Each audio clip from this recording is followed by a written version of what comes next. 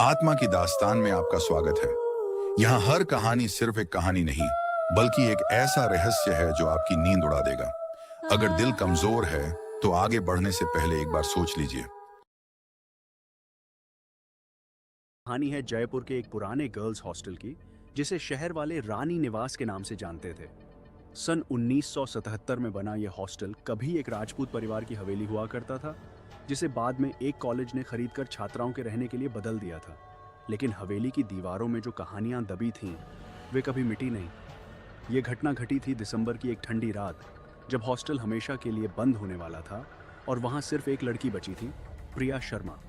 प्रिया एक साधारण लड़की थी, इंजीनियरिंग की आखिरी साल की छात्रा, जो पिछले 3 सालों से इसी हॉस्टल के कमरा नंबर 13 में रहती थी।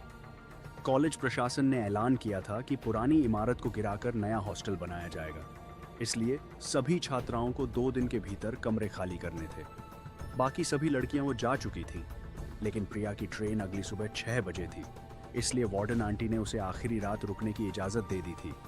वार्डन खुद भी अपने घर चली गई थी, यह कहकर कि चौकीदार रामलाल नीचे मौजूद रहेगा। रात के करीब 9 बजे प्रिया अपना सामान पैक कर रही थी। पूरा हॉस्टल खाली था।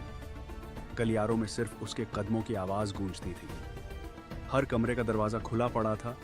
अंदर टूटी हुई अलमारियां और बिखरा हुआ सामान इस बात का सबूत थे कि यहाँ कभी जिंदगी बसती थी। तभी उसे याद आया कि सीनियर लड़कियां अक्सर एक कहानी सुनाया करती थीं, कमरा नंबर 7 के बारे में, जो हमेशा बंद रहता था। कहा जाता था कि 90 के दशक में उस कमरे में रहने वाली एक लड़की, जिसका नाम मीरा था, किसी वजह से आत्महत्या कर बैठी थी और उसके बाद से वह कमरा कभी किसी को अलॉट नहीं किया गया।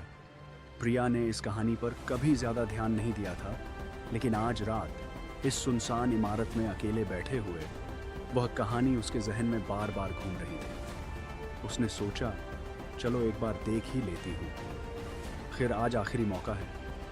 वह अपने कमरे से निकली और गलियारे के आखिरी छोर की तरफ बढ़ी, जहां कमरा नंबर 7 स्थित था। दरवाजे पर एक पुराना जंग लगा ताला लटका हुआ था, लेकिन जब उसने हाथ लगाया तो ताला अपने आप खुल गया, जैसे किसी ने उसे पहले से ही खोल रखा हो। कमरे के अंदर धूल की मोटी परत जमी थी।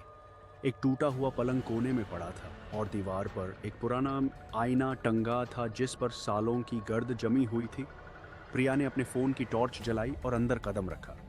कमरे में एक अजीब सी सीलन भरी गंध थी, जैसे बरसों से यहाँ कोई खिड़की न खुली हो। तभी उसे दीवार पर कुछ लिखा हुआ दिखाई दिया। किसी ने नाखूनों से खरोंच कर लिखा था, मुझे यहाँ से मत जाने दो।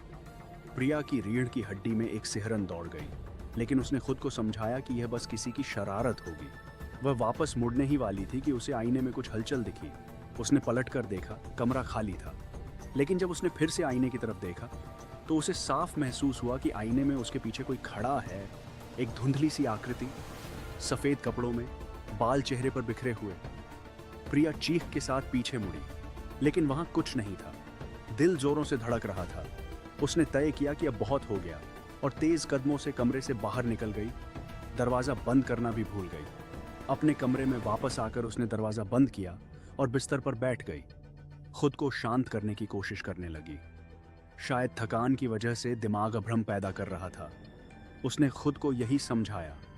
उसने अपनी बहन को फ़ोन लगाने की कोशिश की, लेकिन नेटवर्क नहीं आ रहा था। आया था। घड़ी में रात के 10:30 बज रहे थे।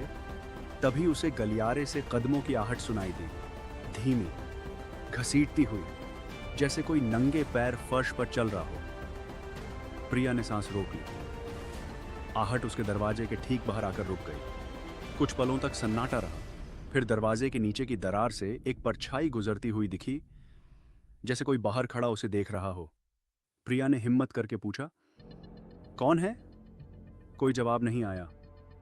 कुछ सेकंड बाद परछाई गायब हो गई और कदमों की आहट धीरे धीरे दूर जाती हुई सुनाई दी, कमरा नंबर 7 की दिशा में। प्रिया अब पूरी तरह डर चुकी थी। उसने सोचा कि नीचे जाकर रामलाल चौकीदार को बुलाए, लेकिन जब उसने दरवाज़ा खोलकर बाहर झांका तो पूरा गलियारा बत्तियों से रोशन नजर आया। हालांकि उसे याद था कि शाम को ही बिजली विभाग ने ऊपर की मंजिल की सप्लाई काट दी थी। हिम्मत जुटाकर वह सीढ़ियों की तरफ बढ़ी। नीचे पहुंचकर उसने देखा कि रामलाल की चौकी खाली पड़ी थी। उसकी लालटेन जल रही थी, लेकिन वह खुद कहीं नजर नहीं आ रहा था। मेज पर उसका चाय का कप अभी भी गर्म था, जैसे वह अभी अभी उठकर गया हो। प्रिया ने उसे कई बार आवाज दी, लेकिन जवाब में सिर्फ हवा की सरसराहट सुनाई दी। तभी ऊपर की मंजिल से एक तेज धमाके की आवाज आई, जैसे कोई भारी चीज फर्श पर गिरी हो। प्रिया का पूरा शरीर कांप उठा, लेकिन कुछ अजीब खिंचाव उसे ऊपर जाने पर मजबूर कर रहा था, जैसे उसके पैर उसके अपने वश में नहीं थे। वह सीढ़ियां चढ़ती हुई वापस अपनी मंजिल पर पहुंची। कमरा नंबर 7 का दरवाजा अब पूरी तरह खुला था और अंदर से एक हल्की पीली रोशनी झलक रही थी। हालांकि वहां कोई बल्ब नहीं था। जैसे किसी अदृश्य ताकत ने उसे बुलाया हो, प्रिया के कदम खुद ब खुद उस कमरे की तरफ बढ़ने लगे। दरवाजे पर पहुंचकर उसने अंदर झांका। आईने के सामने वही सफेद कपड़ों वाली आकृति खड़ी थी, लेकिन इस बार उसने धीरे से अपना चेहरा घुमाया। वह चेहरा प्रिया का अपना चेहरा था, लेकिन आंखें पूरी तरह काली, बिना किसी चमक के। प्रिया के गले से चीख भी नहीं निकल पाई। आकृति ने धीरे से कहा, एक फुसफुसाहट में जो पूरे कमरे में गूंज उठी, 30 साल हो गए, अब तुम्हारी बारी है साथ रहने की।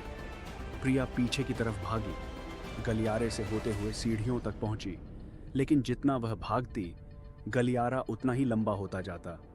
हर दरवाजा जो पहले खुला था, अब बंद हो चुका था, और दीवारों पर लगी तस्वीरें उसकी तरफ देखती हुई महसूस हो रही थी।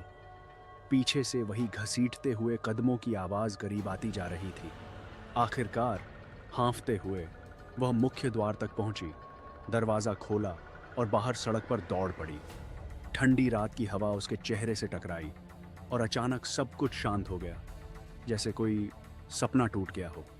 वह सड़क किनारे घुटनों के बल गिर पड़ी, हाँफती हुई। तभी एक ऑटो वाला वहां से गुजरा और उसे इस हालत में देखकर रुक गया। उसने प्रिया को अपने किसी परिचित के घर तक पहुंचाया, जहां वह रात भर सहमी हुई बैठी रही। अगली सुबह जब कॉलेज प्रशासन को खबर मिली कि रामलाल चौकीदार रात भर से लापता है, तो पुलिस को बुलाया गया। तलाशी के दौरान रामलाल कमरा नंबर 7 के अंदर बेहोश हालत में मिला। उसकी आंखों में एक अजीब सा खालीपन था एंड वह किसी से बात करने की स्थिति में नहीं था। हफ्तों बाद जब वह थोड़ा ठीक हुआ, तो उसने सिर्फ इतना कहा कि उसे किसी ने बुलाया था, एक औरत की आवाज़ में, और उसके बाद उसे कुछ याद नहीं। पुराने रिकॉर्ड्स खंगालने पर कॉलेज को पता चला कि मीरा नाम की छात्रा की कहानी सिर्फ अफवाह नहीं थी। 1995 में सच में एक लड़की उसी कमरे में मृत पाई गई थी, और फाइलों में लिखा था कि मामले को प्राकृतिक कारणों के कारण के तहत बंद कर दिया गया था, बिना किसी ठोस जांच के। हॉस्टल कुछ महीनों बाद तोड़ दिया गया और उसकी जगह एक नई इमारत बनी। लेकिन कहा जाता है कि जिस जगह कभी कमरा नंबर 7 हुआ करता था, वहाँ आज भी रात के सन्नाटे में कभी कभी घुंघरुओं की आवाज़ और किसी की सिसकियाँ सुनाई देती हैं। प्रिया आज भी उस रात के बारे में बात करने से कतराती है और कहती है कि वह आईना आज भी उसके सपनों में आता है, जिसमें उसका चेहरा उसका अपना नहीं होता।